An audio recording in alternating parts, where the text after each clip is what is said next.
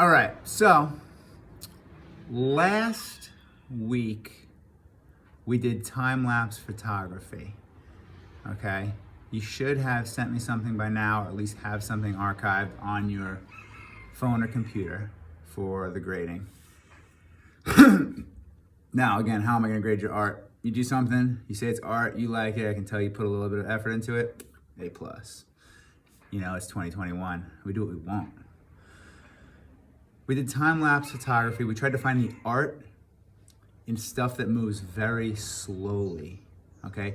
And we sped it up through the time-lapse photography that most of us have on our iPhones. And by watching those things that usually move very slowly in high speed, we found the art in that. For me, I think my best one was the melting ice cube. The way that looked, I thought it was really fun, cool, and had like a neat artistic edge to it. My second favorite one was a little shell collage that was hanging in the wind and blowing very slightly. Now you guys remember, it doesn't have to be big movement. It just needs to be slow and over the period of time. The iPhone will adjust for how long you do it. If you shoot for 2 hours, it's gonna be like 45 seconds. If you shoot for 5 minutes, it's gonna be like 25 seconds. And it's really simple. So we already went over that last week. The videos are on the YouTube if you need to check those, or the lesson. But now, in contrast to last week, this week we're gonna do the opposite. We're gonna take something in life, in nature, something around us that moves very fast, and we're going to slow it down. Fooled you, hashtag no edit, hashtag no filter. That's how I roll. So now we're gonna do a slow motion video. We're gonna try to find the art in something that moves very fast, and we're gonna slow it down and see the patterns that it makes, just the general composition of life around us, and find the art in that, okay? Now we're doing these two projects so that hopefully you all feel more comfortable in using these apps and features on our supercomputer. I don't even know what my supercomputer is. On our supercomputer, technologically advanced, launch a rocket into outer space, computing power, cell phones that we all carry around in our pockets 24/7. Now we shouldn't. Let's go over that for a minute. You know, when you go to bed at night, get that thing away from you guys. Put it on airplane mode. You do not need to get your notifications of who's liking what photos while you're trying to sleep. You know, every time that thing goes bada bing, bada bing, you might think you're sleeping through it, but you're not. That's my public service announcement to you today. You're going to sleep, go to sleep. Do not sleep with your phone under your pillow. That's insanity. Just turn it off and go to sleep. You know what I'm saying? Just go to sleep. And I literally keep mine right outside my room. I put it on airplane mode, stick it outside my room, turn it on in the morning. Sometimes not till after breakfast. Hopefully, maybe after all this locked in COVID stuff, people will start to like push some of that stuff away. And once we get back into the real world and meeting with each other in person, like, I don't even want to chat with you on my phone. I want to hang out for real. We'll see what happens. But anyway, public service announcement. Turn your phone off when you go to sleep and actually go to sleep. You'll wake up more refreshed. You'll be more healthy. Just especially don't sleep with that thing on. And I'd say don't even just turn the volume off, because everyone's like, oh, I turned the volume off. It still buzzes. It goes boom, boom. You hear that. Just put it on airplane mode, put it on DND, do not disturb, DND. Because that way, if you're like, oh, what if it's an emergency? Put on do not disturb, and your parents or anyone, if they call twice, it'll come through. You know that, right? Another feature people don't know. But please, for yourself, for your own health, turn your phones off. And keep it away from you. Do not put it under your pillow. Because, I mean, this might be just a little hoo-hoo, but they say that, it's throwing out signals and reading signals all the time, and you don't want that like on your pillow going through your brain constantly. That's nutty. Put it outside your room. It'll be there when you get up in the morning. Where was I going with this? Way to go off track, OB. Oh, time-lapse photography is what we did last week. Slow motion photography is what we're gonna do this week. All in trying to get you to use these features on your phone to present other projects that you might do in the future, either for my class or beyond, or just for fun. I literally have a handful, more than a handful, a couple handfuls of awesome slow motion photography that I did with my kid, with my dog, things that I'm like, oh, that looks cool. Let me slow it down. And like just jumping off of sand dunes, one of my favorite ones of my kid. And it's just like in slow motion, like you see the sand moving all around, super fun. And so you can do a lifestyle slow motion photography. Lifestyle meaning something with your friends, your family, and that looks pretty cool too. What I'm really looking for is something a little more artistic, okay? So what I did was, guess where I went? Guess where I went to do my time-lapse photography? I mean my slow motion photography. Ding, ding. I went to the beach. But you don't have to do it at the beach. You can do it in your backyard. You can do it in your living room. You can do it in your pool. What did I do? I'll show you what I did in a few minutes. I took a big rock and I dropped it in the sand. Usually that would be nothing. Whatever, a rock falling in the sand.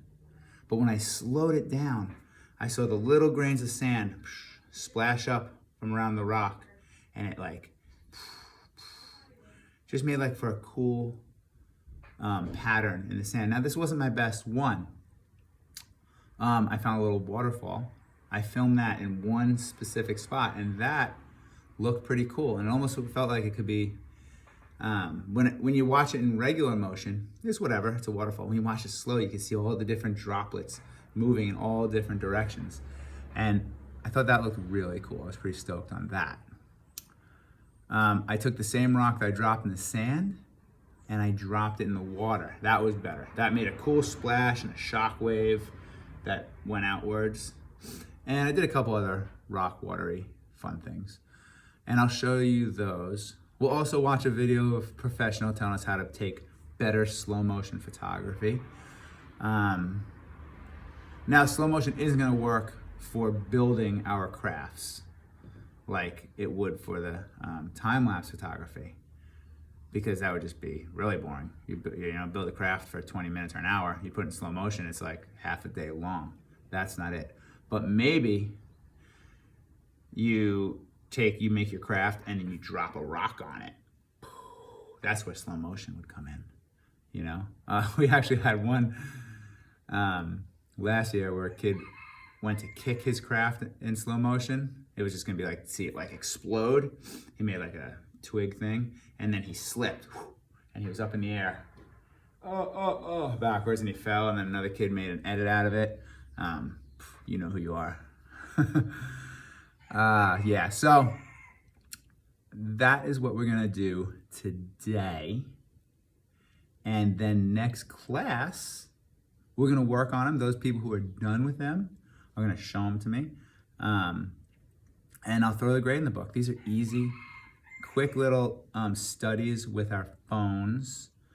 If you have a better camera to do it with, you can. If you don't have the technology to do time-lapse photography or slow motion photography, let me rephrase that. If you don't have the technology to do, time-lapse photography, or you could do slow motion. How you like my slow motion? I don't even need a phone. I live in slow motion, yo. What?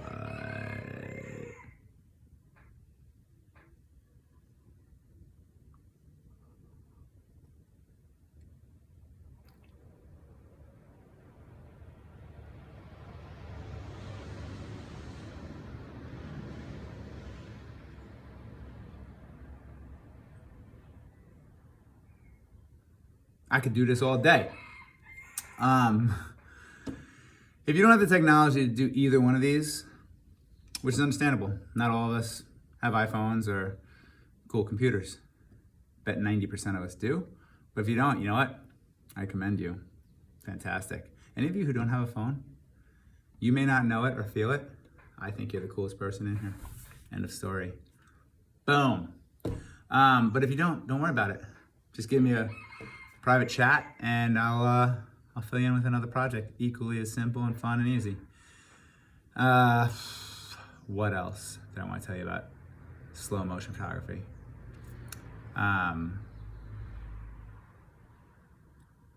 That's about it. So this is all going to be due Friday. Due at the beginning of class, only for those of you who are done at the beginning of class.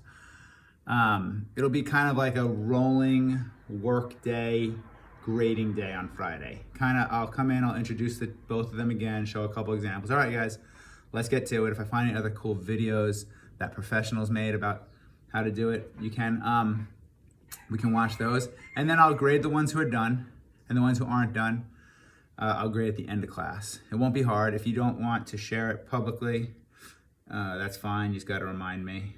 I mean, eventually, I don't want everyone getting into not wanting to share on the screen. It doesn't, But I can understand if it's personal. You did a lifestyles one, meaning like with your family or your friends. You don't want that to go on the screen. Understandable. But if it's a rock or a waterfall or a drip of water, let me share it. Please, it's easy. Yeah. So take something. So again, with the slow motion now, you take something that's moving very fast and try to catch that image of it. I also, when I do it on the iPhone again is very smart. It slows things down to the rate that it thinks it should be. It has a lag. So right at the beginning when you hit record, it'll be regular motion, and then like half a second in or a second in, then it'll slow down. And at the end it'll speed up again. I like to edit those beginning and ends out.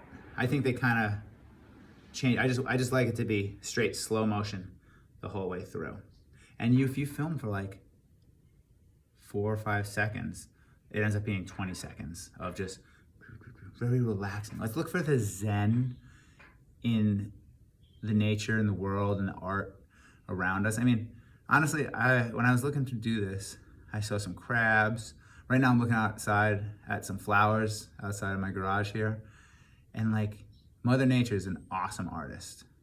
And all the things around that she has and makes are amazing. And they're symmetrical and they're asymmetrical and they're vibrant and they're colorful. And let's find one of those things and something that's moving fast and slow it down. Something that's moving slow and speed it up. I'm watching the clouds shoot by, and they're not going very fast, they're pretty slow, but if I were to time lapse those, let it sit for 20 minutes, and then speed it up, it would look so cool. Clouds shooting by. Or if I'm, there's a bunch of water, because it was just raining, dripping into my pond. If I were to take one little spot of that and take a shot of it in slow motion, and then watch each drop hit, boom, boom, and then the radiation, the shock waves or the water waves shooting out and then crossing over each other, making patterns, would look great. So it's up to you to get out and find some things. I'm gonna show you some examples right now, and I'm gonna show you some examples from the internet, and then we'll take the second half of class today. You can walk around, you can look for something, and you can film it and get over with. Or you could watch some more examples that I'll end up showing you. There's the other thing I want to tell you. I'm only expecting one of each. One time lapse, one slow motion. It's not hard to do 5 of each and pick the best ones. That's what I did. I did like 5 or 6. I did almost 10 time lapse and maybe 7 or 8 slow motions. I deleted a bunch. I posted like 4 of each one. And it took me less than an hour to do each grouping of those. Now the time lapse a little faster a little slower because you have to like walk away from it. Last thing, then get to it, or last thing and then watch some more examples I have. Put your phone on airplane mode. By putting your phone on airplane mode, you won't get disturbed and it won't ruin your video. If you don't put it on airplane mode, someone could call and it'll stop your video. okay? And again, you might miss a text or a notification, but guess what? It'll be there when you get back. The world's not gonna end. Knock on wood. It is 2021. All right, that's it. Let me see what kind of examples I have for you, okay?